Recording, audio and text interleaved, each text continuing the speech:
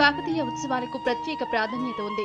కాకతీయుల విజయాలకు ప్రతీకగా ఉత్సవాలు జరుపుకుంటారు. 3 రోజుల పాటు జరిగిన ఈ ఉత్సవాలతో కోట గుళ్ళు సందడిగా మారాయి. కూచిపూడి, పేరణి, లంబాడి, గిరిజనుల సంప్రదాయ నృత్యాలు, బుర్రకథలు, భక్తి పాటలతో భక్తులను పరవశించాయి. ఉత్సవాలలో కళాకారుల నృత్యాలు, ఆటపాటలు స్పెషల్ అట్రాక్షన్ గా నిలిచాయి. రాజేష్ ఖన్నా బృందం చేసిన కాకతీయ కళాతోరణ నృత్యం ఉత్సవాలకే హైలైట్ గా నిలిచింది. బతుకమ్మ ప్రదర్శన ఆకట్టుకుంది. లంబాడి నృత్యాలు ప్రత్యేక ఆకర్షణగా నిలిచాయి. ఈ ఉత్సవాలకు ముఖ్య అతిథులుగా మంత్రి Sridhar Babu, MP Rajaiah, chief whip Gandra హాజరయ్యారు.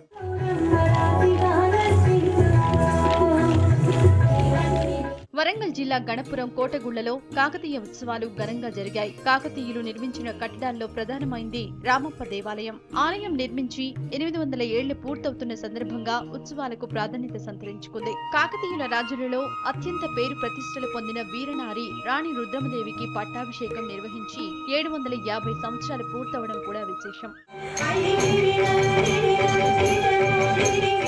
కళాకారుల సాంస్కృతిక కార్యక్రమాలు చూస్తుంటే కాకతీయుల కాలాన్ని ప్రత్యక్షంగా చూసినట్లుందని మంత్రి శ్రీధర్ బాబు అన్నారు. రాబోయే రోజుల్లో ఈ ఉత్సవాలకు మరింత ప్రోత్సాహం ఇస్తామన్నారు మంత్రి గారు.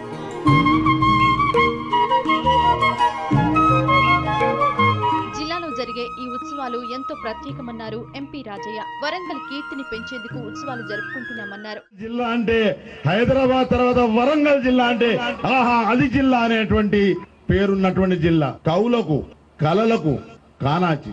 కవులలో చూస్తే బమ్మెర పోతన పుట్టించిన గడ్డ, అందించిన గడ్డ వరంగల్ జిల్లా. అదే రకంగా ఈ రోజు చూస్తే శిల్ప సంపద చూడండి.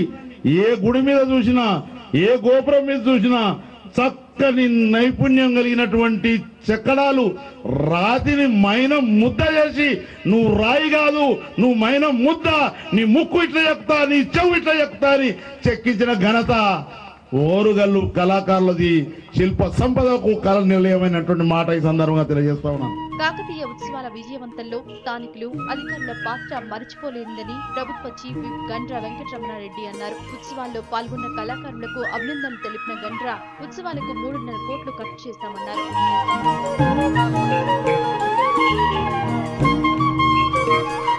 ఎంతో ఘన చరిత్ర ఉన్న కాకతీయుల ఉత్సవాలు నిర్వహించడంలో రాష్ట్ర ప్రభుత్వం విఫలమైంది. సర్కార్ సపోర్ట్ లేకపోయినా స్థానికులు పెద్ద ఎత్తున హాజరై ఉత్సవాలను విజయవంతం చేశారు.